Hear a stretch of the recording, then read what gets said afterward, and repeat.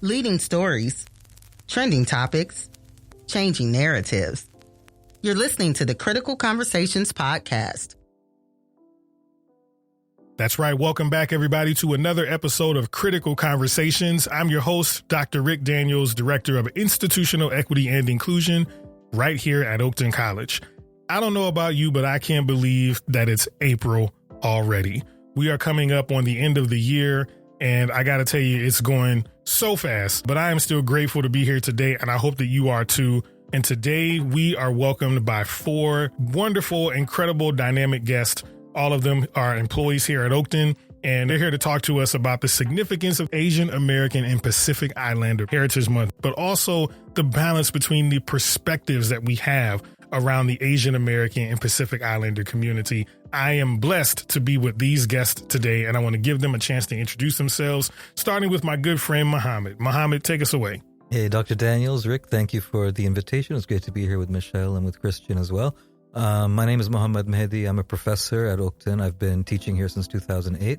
I teach philosophy and humanities. But the last few years, Oakton worked hard on developing support for Asian American students at Oakton, both in terms of student life and also in terms of curriculum design. And so part of what I've been doing here at Oakton for the last few years has been working with DEAR and with G. Hay Park in English to try to develop a curriculum repository for people to teach more about Asian American studies. And I've been leading workshops and seminars just to sort of develop our capacity to teach about these issues. And even if we're not teaching directly about them, to be informed by them in our overall work as faculty and staff at Oakton. So I've also been learning a lot, especially from the great colleagues that I've been able to collaborate with through this. And I think, I'm really excited for this conversation. Yeah, excited to have you here. Thanks for being with us today. Hi, everybody. I'm Michelle O. My title is Librarian for Open Access and Equity. I've been at the college since 2022. I grew up in district, so I am very familiar with the area. And part of my role at the college, obviously, I'm a librarian. You know what that is. I buy books. I provide resources and access to them. But one of my areas that I work on a lot is trying to develop a program to make textbooks and course materials more affordable for students at Oakton. We have learned through a variety of anecdotes and data collection that textbook affordability is a challenge, but particularly for students of color and our female identifying students. So that's a little bit about my role here at the college, but delighted to have this conversation with you all. Awesome. Hello, everyone. My name is Christian Kim. I serve at Oakton College as our Asian Pacific Islander Equity Coordinator.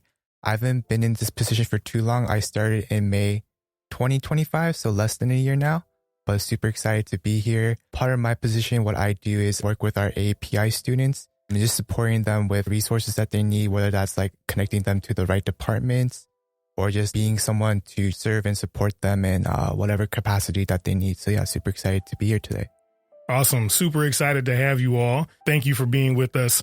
I want to start off with a quick icebreaker question before we get into the heavy stuff. We have so many different areas of our college represented in this room, just within the four of us. We got staff, we got faculty, library, faculty, administrator.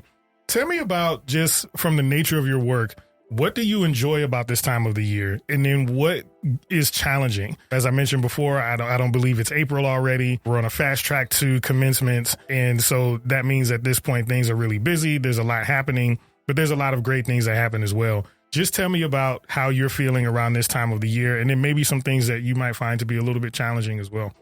Well, one thing, for me in April, it's always very exciting is that since 2012, and I've been organizing an event at Oakton called Creating Justice that's focused on arts and social justice and really brings in a lot of different people from around the area who are artists, organizers working on very important issues. A lot of students turn up. There's live music. There's free food. So it's a very exciting event. So I have like a mix of kind of stress at this time of year, like wondering, is it going to go well? Are people going to show up? And then on the other hand, excitement, because I know it's going to end up going really well. And it's just a really fun event and a nice community event. So that's one thing that April always has that association for me. So a combination of stress and excitement. Yeah, that sums a lot of it up. Same feelings-wise, excitement, anxiety, the end of the year is coming. In the library in particular, it's like research paper time. So this is the time where I see a lot more students. There's a lot more feelings. There's a lot more one-on-one meetings. So I do really love that. That's one of my favorite parts of the job. I always have felt like research is a very personal thing. Students often choose things that are important to them. They express themselves in that way. The mechanisms for finding research are very different and culturally based too. Some of our cultural practices around research really push a certain type of research, right? Like peer-reviewed, scholarly, things that are sort of from above. So it's always interesting to see where students come with their research and when they want to bring in other various forms of more like things that they get from their peers or their families. And this kind of what often happens to be more of like things that are passed in oral cultures and like the trust that really develops in small communities. So yeah, it's a fun time, but it's also like an anxious time. Yeah, I was going to say, do students, come in with sort of an anxiety when they approach the library? I know I used to at this time of year, so I can imagine. Yeah, I think for me too, the spring semester just always flies by, like you were saying in the beginning. Can't believe that the semester is almost done. So right now, just trying to finish the year off on the high, making sure that our students finish strong, planning any remaining events like for our AAPI Heritage Month, end of the year celebration, commencement, and things like that. So like what everybody was saying, it's like exciting, but also it can be a little bit stressful at times. Like when you finish one thing, there just seems to be a never ending pile of things to do. So that's where I'm at right now. Yeah, and Christian, you've been here for almost a year now. So congratulations to you on that. I know you've been doing some really great work. I'm going to stick with you as we get into our discussion. It is AAPI Heritage Month. Can you tell us a little bit for the listeners who may not know or maybe wondering a bit more about the background? Tell us a little bit about the historical perspective, the significance of this time, and what are some key things that people should know? Yeah, just to talk about a little bit about the origin of AAPI Heritage Month. I know most colleges, just because of the academic calendar, tend to celebrate it in April. Just because of May, it's like the end of the semester, finals, commencement, graduation, stuff like that. But nationwide, it is celebrated in May. And the origins of that is like from the late 1900s or so. Several members of Congress who were Asian American wanted to have a time of the year to really just acknowledge and the Asian American Pacific Islander community in the United States. And so it started off with the week being the first week of May, just having that time to recognize that. But then it eventually expanded into the entire month of May. And the reason why they decided to choose May was because to just honor the first wave of Japanese immigrants who arrived in the United States in May, and also the completion of the Transcontinental Railroad that was completed by a huge population of Chinese immigrants as well. So those two things really contributed to having it in May, and then also to acknowledge the culture of the AAPI community, but also to acknowledge that the discrimination and prejudice that AAPI communities has faced in the States in the past as well. Yeah. I appreciate that historical perspective because I think that it helps to talk about both the celebration, but also the reality associated with why the Heritage Month needs to be uplifted. I know that there has been some literature pieces out there, and I'm hoping that maybe, Michelle, you can talk to us about any other literature that may exist that could be helpful for people who may want to look further into not just the Heritage Month, but also the stories and history and research around it. Sure. So a little bit of background on myself. I did some graduate work in world and comparative literature, so I have some background on Asian American literatures. And I feel so limited. Like, I'm just me. Like, I'm Korean American. I was born in the United States, so I have such a specific understanding of Asian America. And I hopefully will get at some point to your actual question. But my own background, I wrote about a novel called Native Speaker. So I think a lot about the different ways that people in the Asian American community participate politically, share their voices in different settings, how there's coalition building between Asian Americans. So there's a lot of things percolating there. But one of the big questions I faced when I was writing my thesis was like, I remember actually even writing to my thesis advisor and being like, what should I say about like Asian American literature to like kick this off? And my professor did not respond to me. And I was like, thank you so much. And I think it's just because that question is so challenging to take on. Like, who is even included in Asian America? And even when we look at these like categories for how we celebrate the month. It's like there's so many acronyms that we're trying to include, and there's a lot of disagreement about the groups that are included in AAPI Heritage Month. And so there's such a heterogeneity to the Asian American community that makes this so challenging. And I think one group that often can be confusing are like Native Hawaiian Asian Americans. Like that's such an interesting group. And some of the research that I did on that, I learned a lot about all these different Asian Americans who arrived in Hawaii, but were intentionally placed together in groups where there was no linguistic consistency among individuals. So that was like a different language even emerged from that, like Pidgin. So I don't know, like, so I'm not giving you resources. I'm just asking more questions, which is, this is a hard one. There's probably a lot of different resources. I actually brought a couple of books that Dear, who works on our Compass grant, left for us. So for those of you who want to come to the Oakton Library soon, The Color of Success, Asian Americans and the Origins of the Model Minority will be there. And we'll also have Transformative Practices for Minority Student Success, but it actually focuses on Asian American and Native American Pacific Islander serving institutions, of which we are one. Wow. So first of all, yes, you did answer the question in a rather dynamic fashion. I appreciate the context, especially as it relates to a couple of things you said, the different designations and interdemographics that exist. I think one of the most harmful things is taking, as you mentioned, Asian American in the experience and just lumping it all together. But also The Color of Success, the book you talked about, introduces a topic that I know we want to get to today, and that's the model minority myth, which I can tell my own story and say I wasn't even made aware of that until my doctoral program, which made me cringe because I can think of all of the Black history I never learned, but it really made me do a count of all of the history of, so many other communities that I hadn't learned when I was coming up either, and felt quite ashamed actually not knowing that, and check my own biases about how I may have leaned into it before. Let's explore that concept a little bit and talk about how we can encourage people, students and employees alike, to appropriately push back. So I'm hoping somebody can take a second to break down what the model minority myth is, and then we can have a conversation on the best strategies to push back and fight against those biases. I can maybe speak to that a little bit. I think the model minority myth is a term that, if you think about the idea of the myth, that's not a necessary part of it. You can think of it as a narrative or as a frame, but this way of conceiving of Asian Americans as having certain kinds of characteristics as a group. So this could include traditional family values, hardworking, professional aspirations, strong educational values, and so this kind of exceptionalism that's built into their culture. So very often the model minority myth sounds like a compliment in some ways, and sometimes it's something which a lot of people internalize, which is why I'm saying the word myth is a little bit complicated, because people feel like, yeah, that's actually true. That describes my family. It's a very real thing. Yeah, they pressure me to study hard. I feel like a failure if I don't do well. I need to get this kind of job or be in this kind of area. But what it does hide is the complexity of Asian American communities and the differences in people's educational backgrounds, their income, their socioeconomic class, the histories of their migration to the United States. But it also is used in a way which is really supporting an American form of racism by saying that, look, the model minorities, the Asians, look at them. They did really well. Right. How come that's the rest who of you should aspire to be. That's why. So, and if you aren't doing as well as them, it's because of some fault in your culture. So they have a good culture. They know how to succeed.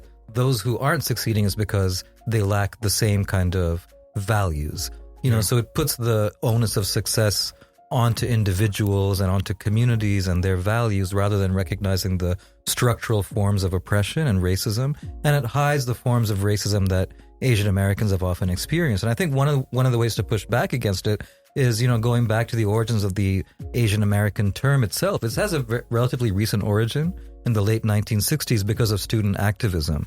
And that student activism was focused initially on creating ethnic studies programs, and it was conducted in solidarity with African American movements at the time, as well as anti-war movements and other social justice movements in which Asian Americans felt like their voices had to find a kind of unity, that it had been made invisible. Their voices and their histories had been made invisible within American mainstream histories and education and media, and so on. So like, how do we get together and create a voice for ourselves? So that's also part of the background to Asian American Heritage Month, is partly just the need to advocate for finding a voice.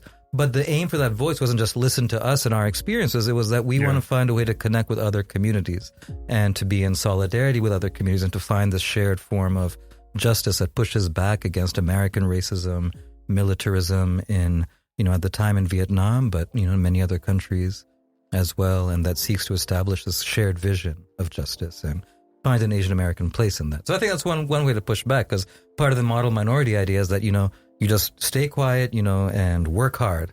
Don't worry about, rocking the boat. But actually the term Asian American really has its roots in people who are willing to rock the boat and say, listen to us and to our perspectives, to the histories of discrimination and exclusion that have marked our own histories. And that's an important way of reframing maybe how people think about Asian Americans. Yeah, I love that. And I think the reframing is necessary. I would ask, how do you all consciously or even subconsciously try to do that in your work? Whether it's work with students, whether it's finding literature in the classroom, how do you all work to really advance the narrative in the work that you do? Yeah, that's a great question. I think, Mohamed, thank you so much for explaining that so well. Yeah. I think for me, just to speak a little bit about my own personal experiences and the experience of other Asian American students I was in class with or work with now, I think a lot of them feel the pressure of, not only the model minority myth from other communities, but also from their own families as well. Because there is a pressure to, excel in academics, because for some reason people think that, all Asian Americans are good at math, or, they get good grades, they go to good schools and stuff like that. So there is an assumption already that API students don't need academic help, and they're also taught to be very independent. It's a sign of weakness to ask for help. So if they do need help, they're not able to ask for it. And so some of the work that I'm trying to do with my students here is to just really to get them to acknowledge that, because some of them might not even recognize that's what they face day to day in their own lives and stuff like that too. So first of all, to recognize that, to say it's okay to not be good at these things. It's okay to ask for help and stuff like that, to kind of dispel that toxic idea that they've kind of grew up and internalized all their lives. And so it's easy to say and trying to help them do that, but in reality, it's so complex to undo a way of thinking that they've had for their entire lives, or that they were implicitly taught by, the U.S. stereotypes of Asian Americans and stuff. So that's my personal story and what I'm trying to do with API students right now. Yeah, it reminds me of a part of the cycle of socialization that researchers call learning, unlearning, and then relearning. Learning the different aspects of society and how that impacts your quality of life, your lived experience.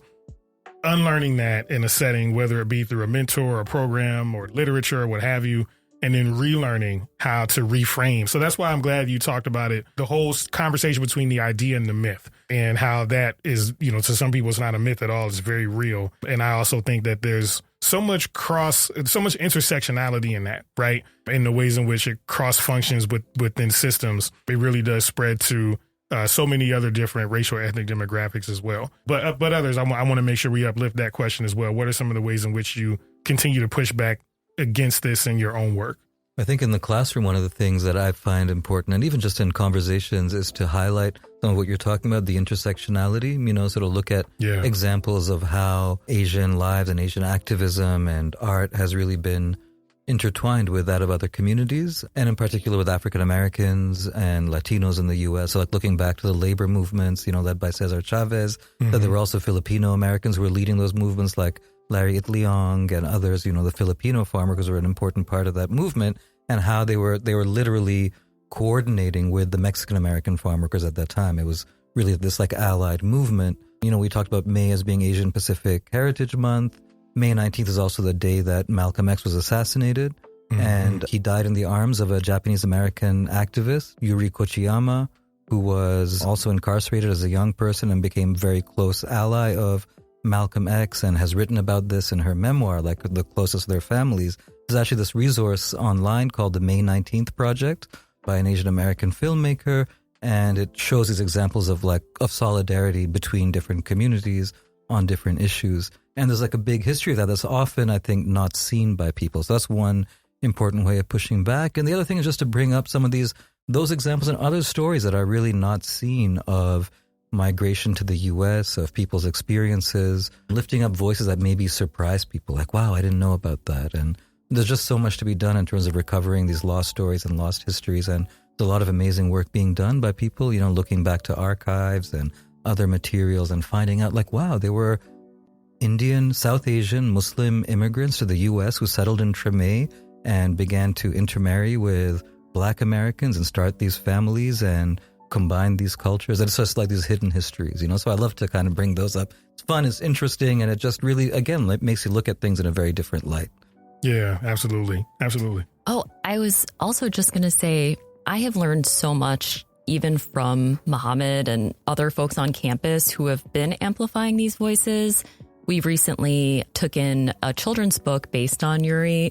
So we have a lot of resources also that represent all the different identities of students who are here to an extent. Yeah, so, you know, obviously that kind of representational power that literature can bring and the books. Absolutely. I think that to go back to some of the intersections, which you can see in books as well, I think about hip hop culture and hip hop music, especially particularly in the early days of what I would call the street formation of it, which were in the 70s and early 80s. I think that hip hop is uniquely connected to jazz, and you can see the intersectionalities within jazz as well. And so as we look at where we are today from I guess you could say a pop culture standpoint, and you think about the ways in which hip hop as a culture has infiltrated so many different aspects of life, some of those early rainbow coalitions, you know, were responsible for that. And I think that that's also a hidden story, is essentially the Asian American influence on hip hop culture, especially as it relates to those early days, which happened to be some of my favorite time periods because it was so pure. You know, I love the culture today, but it was such a pure culture at that time and had a more unique social justice focus that you don't always see today. You have to really kind of dig to find it today through some of the pop cultural elements. But it just reminds me of how when people come together, great things can happen. And when people fight together, great things can happen as well. And so I want to turn the conversation to that direction and talk about some of the great things that are happening here at Oakton. Tell our listeners about some of the things that are happening at Oakton, some of the things that you're involved in that's going to be highlighting, whether it's happening during this month or just throughout the year. Take a second to offer some space to some of the programs and initiatives that you're working on so that we can uplift those for our listeners today. Yeah, I can start us off. I think for me, I'm lucky in the sense that there's been a trail that's been already paid for me by Dear. As we mentioned her briefly, the manager of the Compass Grant here at Oakton. She's done so much for the AAPI community at Oakton with so many things, but I think one of the greatest things that she's done is with the creation of the Asian Night Market that happens in the first Friday of every May. I don't remember off the top of my head of how many there's been, but it's just been cool to hear from other people to see how it's grown from, you know, being in the Acorn room at Skokie, but now it's like takes up the whole student street and cafeteria here at our Des Plaines campus. So that's one of the things that I will be continuing in May, but hopefully I can live up to the kind of reputation that Dear has created through it. And with also some other things, just like with our end of the year celebration for our AAPI students, recognizing those who will be graduating or transferring, and collaborating with the library too to have bring some API authors and poets to like do a live reading of their short poems, share about their experiences growing up as Asian Americans in the Chicagoland area. And for now, that's it. But more updates to come as we move closer into the April-May time of the year. Awesome. Do you happen to have dates and times for those two that you can offer yet? If not, we can put it into the episode. But yeah. Let me for sure. The Asian Night Market will be happening on Friday, May 8th, 5 p.m. to 9 p.m. at our Des Plaines campus. Everything else, I'll send you the times and dates because we're still trying to finalize with the authors and stuff like that. Okay, so, and we can make sure that's in the description. Yes. Thank you for that. So currently, I'm working on trying to create a space to archive some of the materials that have been created to celebrate Asian Americans at Oakton. The content is actually coming from a lot of different places, including from Professor Mehdi and Professor Park, who have created these nice teaching guides and overviews of topics that are related to Asian American history and activism. So we should have some more materials in a more centrally located place. Right now, we're really trying to figure out how to archive things and share them in a way that's more accessible for more people. It will include past podcasts such as AAPI's at Oakton. And I think those are really great ways to connect to the Oakton and Asian American experience. A lot of them tap into issues that are a little bit more specific to this community. Like an example of one is stigmatization around mental health support services that a lot of Asian Americans feel. So, I think there was an interview with a counselor. And so there's a lot of resources there that we hope will be helpful to students and beyond in our community. Awesome. Those are great examples. And I wanted to also just give the full name because we mentioned her a couple of times. Dear Unate Trikul led the Compass program at Oakton and also hosted a podcast called AAPIs at Oakton that I'm sure you can find or link Which, to. let me just interject super quick. I'm sorry to say please. That was the original inspiration for this show. Yeah. So we want to definitely shout out Dear when we were asked to think of a way to keep people engaged on essentially diversity, equity, and inclusion issues and what's happening at Oakton. Dear having a podcast planted a seed for what we have now. So we want to definitely shout out Dear for, and as a guest of the show, has been a friend of the show, I believe at least once, maybe twice, but definitely want to really talk about the legacy, that Dear is leaving when she moves on from Oakton. Yeah, no, great. That's Dear is a very dynamic person and did all these different things to kind of really bring a sense of movement, I guess, to Asian American and Pacific Islander identities at Oakton and to try to give a sort of unifying focus to a lot of the work and a visibility to a lot of that work. So that's a great legacy. And I think, some of the stuff that we can focus on a specific month, things that are going to happen during the month of April and early May, but also thinking about maintaining something in a more sustained way, especially as the support for Compass and other grants begins to expire, then really thinking about what are the longer term ideas for maintaining some of these programs. One of the things that we've been doing on the faculty side is leading seminars, professional development seminars that other faculty attend. We read literature together, we talk about it and think about how to use it in our teaching, but also how it reflects what it teaches us more generally about higher education and Asian Americans. Oakton has almost a quarter of students are of Asian American origin, so from very different communities, Filipino, Korean, Indian, Pakistani, Bangladeshi, Mongolian. It's Chinese. It's many communities that are represented at Oakton. And so to continue to serve those communities and to provide them with a sense of here's what we can tap into in terms of a history, a legacy, materials, resources, events. And really to I think to me, the longer term goal is to see this as really integrated with all the other things that happen at Oakton that speak to all students at Oakton, and that really we can see these programs as being beneficial to the community and to Oakton as a whole.